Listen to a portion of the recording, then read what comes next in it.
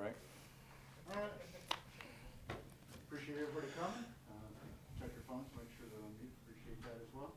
And Coach will make the opening statement. We'll open up for questions. Coach. All right, I'll second that. Thanks to everybody for being here. Hope everybody's having a great week so far. Before I get started, just wanted to bring more awareness to our Carolina Committed fundraising campaign, the most aggressive fundraising campaign in athletic department history. Trying to generate $35 million through donations by the end of 2023. We're focusing the resources on this campaign directly on enhancing the student athlete and fan experiences here at Carolina. We've had great initial success in this campaign. It's allowed the department to move forward on phase one of renovations to Williams-Brice Stadium, which we certainly appreciate, and will make a fantastic home field environment even better. This includes LED stadium lights, ribbon boards throughout the stadium, and West Side Concourse expansion. So we are never going to stand pat here. We're always moving forward and always trying to get better. That'll be fantastic for our amazing fans that come to Williams-Brice Stadium, and for our players and recruits, and on and on and on. So there's so much greatness about that, and really excited to be part of that. Congratulations to Kai Kroger, the SEC Special Teams Player of the Week, as well as the Ray Guy National Punter of the Week. Correct, Steve? Correct. Come on, Mike. Ray Guy National Punter of the Week. So congratulations to Kai on that as well. We started 2 minutes early, Mike, but GA'd for George O'Leary, and if you were 10 minutes early, you were late. So learned that lesson early. But no, congrats to Kai on that. Obviously, he is a great player for us, a weapon. He can throw the ball. You saw that at Tennessee, and he's a fantastic punter and holder as well. So having a great season, and congrats to him. Also excited for the opportunity this week. Obviously, it'll be a really big challenge for us playing a Texas A&M team that's extremely well coached. Got a ton of respect for Jimbo Fisher, one of the great coaches in all of college football, and a team that they are clearly clicking on all three phases right now, to beat Alabama at home, and then to come back and finish it, or to cap that off with a dominating performance last week. Really talented team, well coached, like I said, number 2 scoring defense in the SEC right now. 3 of the top 4, I think, in SEC all-purpose yardage are their 2 running backs. 3 of the top 16 players in the SEC in sacks are on A&M's team. They can play dominant defense. Hardly anybody's scoring on them. They're explosive on special teams. The returners on the kick return game. Obviously, they returned a kick for a touchdown against Alabama. Their punt return game is explosive. Whenever those guys touch the ball, that'll be a big challenge for our cover units this week. And then the way they're running the football, they ran the ball for close to 300 yards against Missouri. The 2 backs are dynamic. Really talented, just so impressed watching their video. They're just so patient running the football. They're dominant up front on the offensive line, big, physical. There's a lot of those guys on that offensive line and on that football team from that part of the country that we recruited heavily when I was at Oklahoma, so I know what kind of talented players they are. But the backs are very patient, got great vision, do a great job of letting holes develop, and if you get out of a gap against these guys, it's a 30-yard explosive run. So we've got to be extremely disciplined on defense and gap sound and do a great job from that standpoint. We've got to do a great job on special teams, like I said, and then offensively, our offense. I mean, they're really talented up front. They're as impressive a defensive line group out there as there is, and experienced secondary with size, and will be a great environment to play in on Saturday night. So a big challenge for us, but our guys. Sherrod Green is progressing nicely from his injury. Proud of him and the way that he's attacked the rehab. Jalen and Dylan are iffy for Saturday, and then just really bumps and bruises and guys beat up at every single position from top to bottom. So I think everybody, you could go through every position and say somebody is probable, questionable, whatever you want to call it, for Saturday night. So we've got to get well in a hurry because we are beat up. But everybody in the SEC is right now. We've played 8 straight weeks, and so is Texas A&M. So has Texas A&M. So we've got to get better from that standpoint. Update on Luke. He, like I said the other night, he re-injured his foot. So we've met with some specialists here over the last couple days. He will be done for the year. He's going to have surgery this week. That's the best thing for him, short term and long term, is to get this thing healed up and get him back. From talking to a lot of people in this program, I had been told before the Vanderbilt game that he is one of probably 1 and 2, no disrespect to any other player, but one of the toughest players to ever play here at Carolina, along with Connor Shaw. And he showed that Saturday night. Appreciate his toughness and hate it for him. Hate it for our football team, but he's in great spirits. Just talked to him before I came in here. He was out at practice today, but he's going to have surgery later this week, get everything cleaned up and fixed, where he will be better long term and able to come back. Like I said, that'll shut him down for the rest of the season. And Zeb is our starting quarterback. Jason Brown, Colton, and Connor Jordan are our other quarterbacks. And excited about the way those guys have continued to progress and get better throughout the season. So with that, any questions?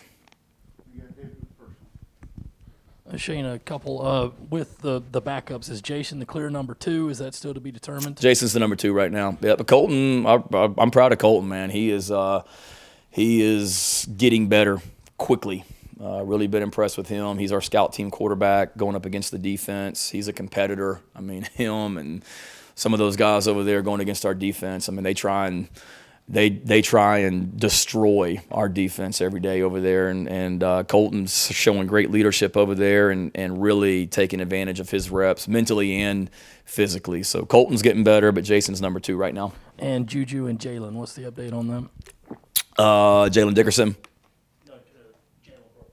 Oh, I'm sorry, Jalen Brooks. Got too many Jalen's. Jalen Dickerson, Jalen Foster, Jalen Brooks, and Jalen Nichols. Sorry about that. Still day-to-day. Juju's back, and Jalen Brooks is still day-to-day.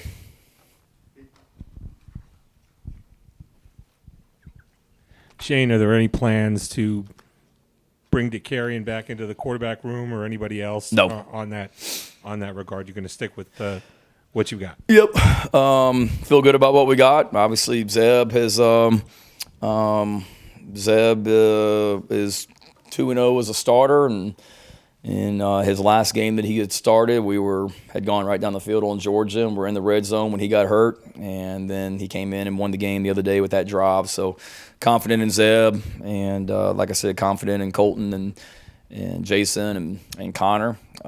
We've used DK at quarterback in multiple games this year. DK can throw, but no, DK is a receiver that, certainly you always have like break glass in case of emergency type thing. So he continues to, do stuff in practice during the week, but no, we haven't even discussed that.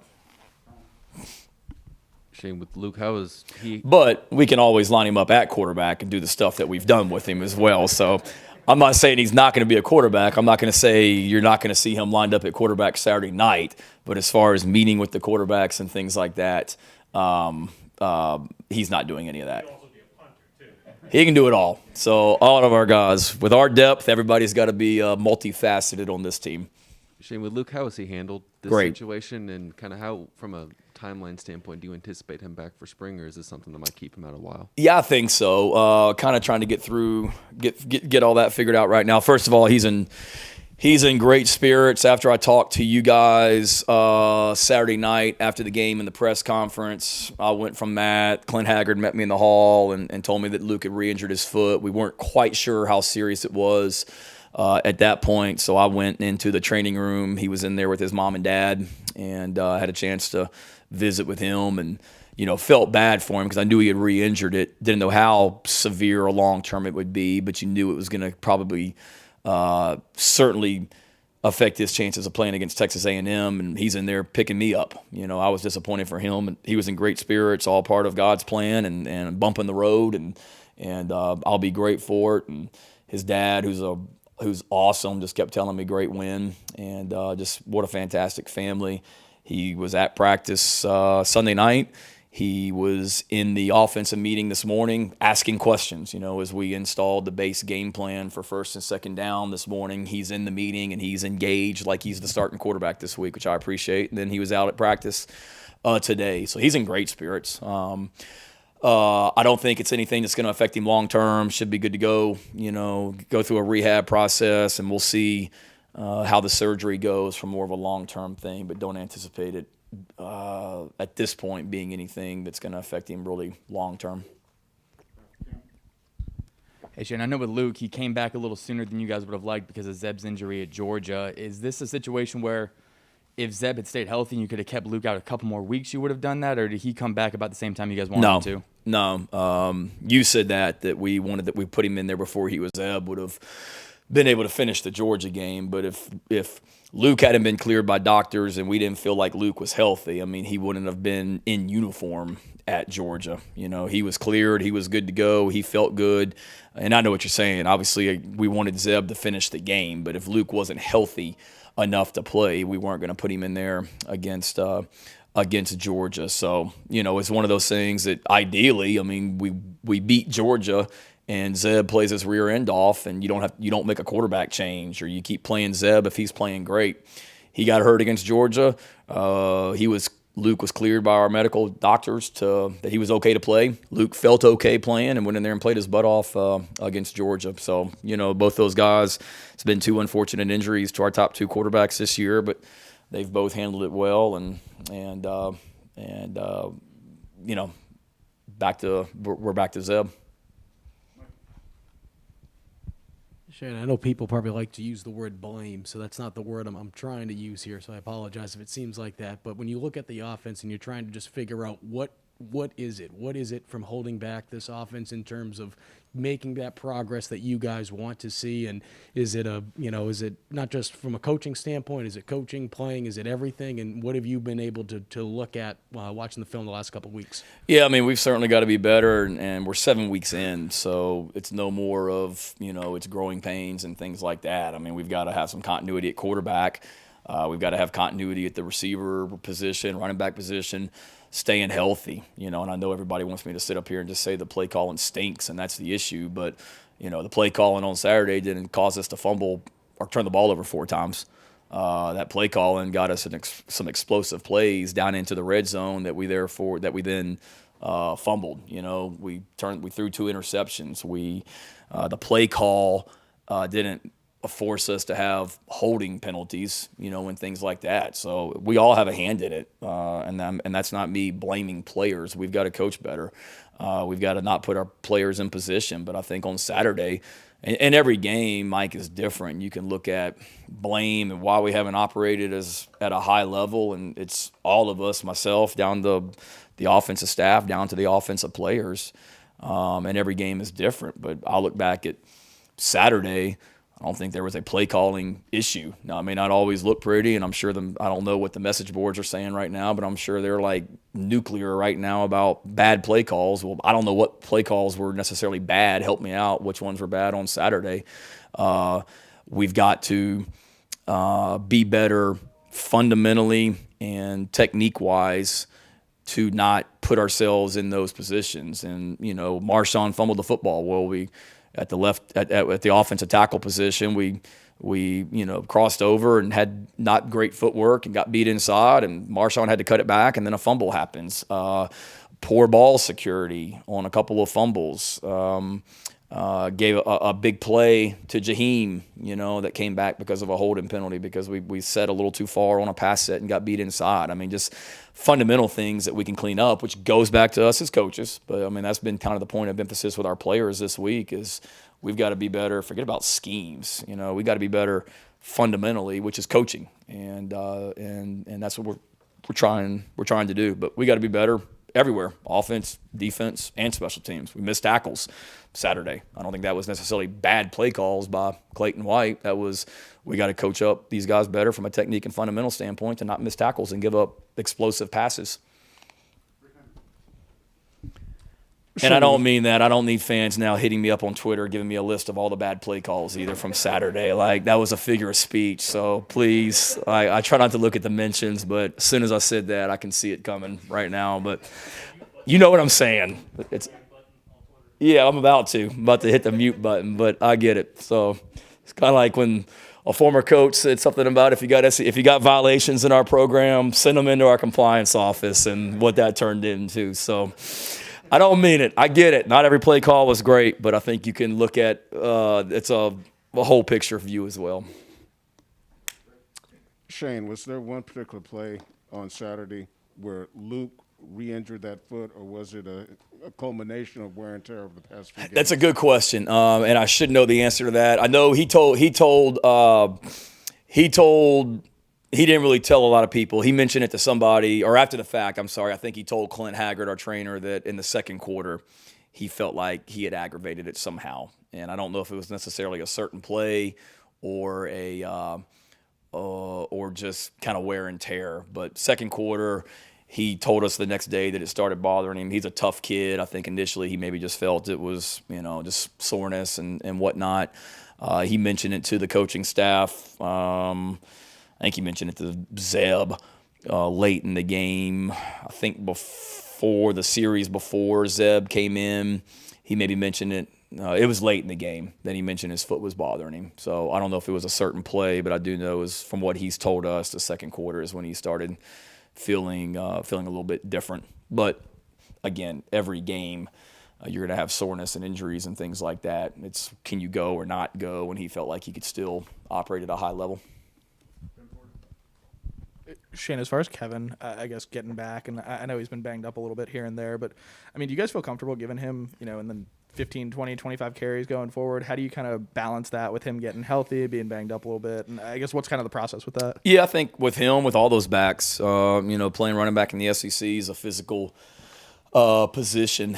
And, certainly you want to take care of all those backs and not have a whole lot of wear and tear on them. But yes, Ben, we feel totally confident if Kevin Harris has got to carry the ball 30 times, doing it as well, when healthy. But that was a physical game. And there were times on Saturday night where Kevin was out physically or out for an injury at a certain point in the game. Marshawn was out with an injury at a certain point in the game. Zaquandre, he took some shots the other night, and he's got he's a little beat up right now. So I think you got to continue to monitor the health of those guys, but we feel confident when healthy that all those guys can carry the load. Nobody's really on a pitch count, so to speak. Shayna, with Zeb kind of being the guy now too, there's been a lot of things on social and all the Colonel Zeb account. Do you know about that? Do you follow the guy or any of that stuff? No, my wife and kids keep me up to date on it as well. I'm aware of it. I guess I need to follow it. I don't right now. I need to. It is entertaining, to say the least. I did see the picture of, I think it was he and I hugging, and maybe it was Zebuliah's mother, I think was that one. I did see that one, which was pretty good as well. So I find it fascinating. I love it. My wife loves it. My kids enjoy seeing it, but it's good. It is a pretty cool story, and like I told Andrea Carter after the game from SEC Network on the post-game interview, Sat said it on the headphones during the game that, his whole thing's going to be a movie, and the final drive to win the Vandy game is going to be a huge part of the movie as well when Disney or whoever does it, Disney, Lifetime, I don't know who's doing this movie, does it. So that was a great chapter, a great part of it. But it is a great Twitter follow. You've mentioned a few times throughout the year that Kai Kroger has made some great holds. It looked like the snap may not have been great the other night. Have there been some problems with the mechanics on some of the snaps on the field goals, and how do you address those things? Yeah, yes and no. I mean, obviously we had, I think it was East Carolina, I believe, if I'm not mistaken, was a little bit of a high snap that Kai did a great job getting down. The one field goal that Parker missed the other night was a little bit of just the operation, and Matt's been great as our snapper. I have no worries with Matt.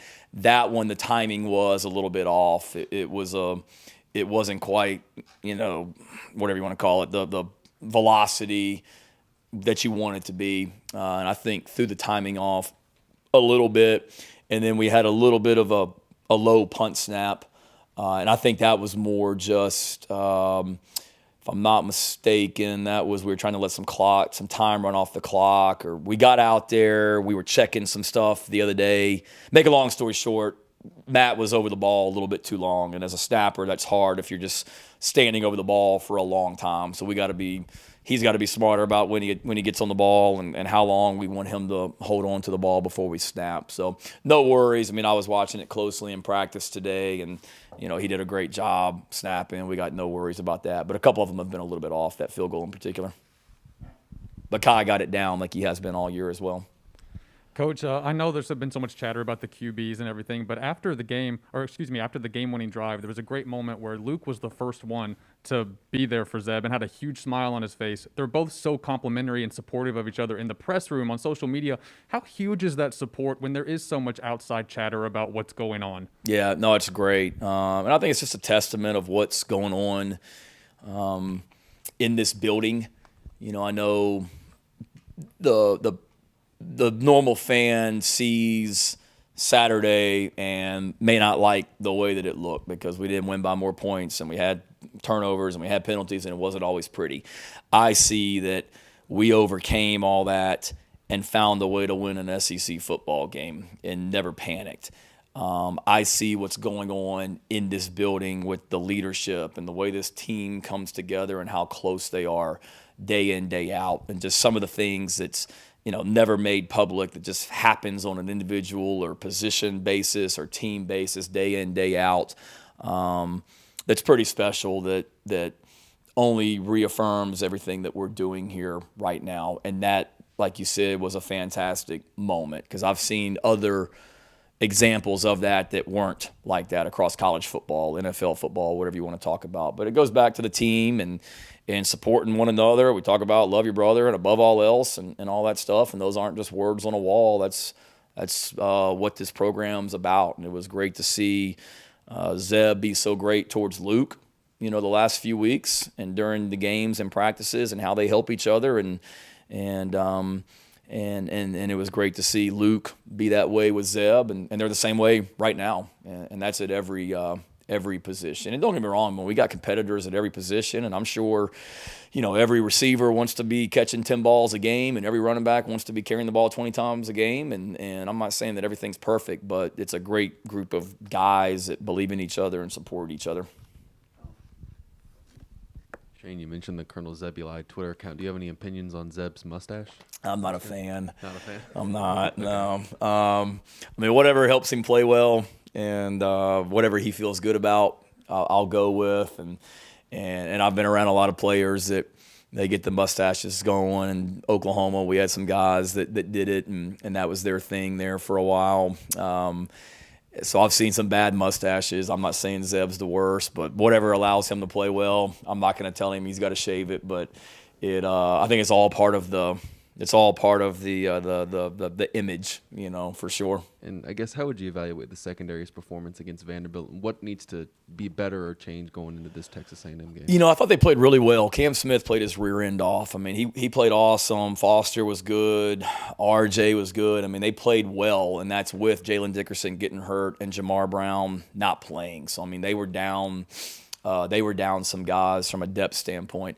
Overall, I felt like they played really good, really well, but the problem was they had, 4 critical mistakes that were magnified, which is what happens when you play that position. We had 2 busted coverages where we're in 3 deep zone coverage and just, come out of our zone, and next thing you know, they're throwing a ball for a big play over our heads. And then we had a couple critical missed tackles that turned into explosive plays. The catch on the sideline that should have been a 8-yard gain turns into a 50-yard touchdown catch or whatever. So we've got to be better. Again, that goes back to the fundamentals and technique and emphasizing it better and coaching it better to get those guys on the ground, because we've done a pretty good job of tackling. But when you miss a tackle in the secondary or you bust a coverage in the secondary, it's magnified in football. And linebackers, D-line, you can do that, and there's people behind you to clean it up. When it happens in the secondary, there's nobody behind you, and it gets magnified. But overall, I thought they played really, really well and did a nice job. I mean, we handed them 17 points off of 4 turnovers, and then we didn't help ourselves defensively with some missed tackles. Shane, just real quickly, I don't think we've heard about Randricus Davis in a couple of weeks. He's still away from the program right now. Yes. What's his status? He's still away from the program. And then just quickly, I guess Luke's played 5 games now. Is there any way that you guys can petition to get a redshirt year for him? How does that work? Yeah, we'll look into it. It's something that we haven't even talked about, really. I mean, it's all just happened so fast. We got injured Saturday night. Wanted to kind of talk to some doctors on Sunday, Monday. Found out yesterday we were going to do the surgery later this week, and then really haven't even gotten into all that other stuff. I'm sorry if you addressed this and I missed it, but with the quarterback situation this week, do you look to try to get Jason Brown some snaps, or is it Zeb's game the whole way as long as he's playing well? Jason, some snaps in the game? No, probably. I mean, certainly there's a thought process to getting him in there and getting some experience, but no, I mean, our mindset right now is Zeb being in there, and it's his game and whatnot as well. But Jason gets plenty of work during the week. He got some work today with the first group, the first offense, against the first defense in practice and getting guys ready in the game. It'll be Zeb's show. But Jason's a guy that Zeb and Jason are both, big guys. And Jason's lost a lot of weight and runs well also. So, I mean, I'm not saying you would never see him in there, maybe in certain packages and things like that, because he can run the ball halfway decent. But no, right now the plan would be, it's Zeb's show. But if Jason had to come in there, we got full confidence in him. He's a gamer and he's performed well when he's been on that stage. Shane, we've been joking a lot about the Zeb Noland movie and his story this season. I'm just curious, do you have any preference on which actor would play you in the movie? No, I don't. I'm sure there's a lot of names I could throw out, but I'd probably make myself look bad if I said it, or egotistical if, ideally you'd say somebody like Tom Cruise or somebody like that, but then you make yourself look like an idiot if you're trying to compare yourself to Tom Cruise. So no, I don't. I'll let you guys figure that one out.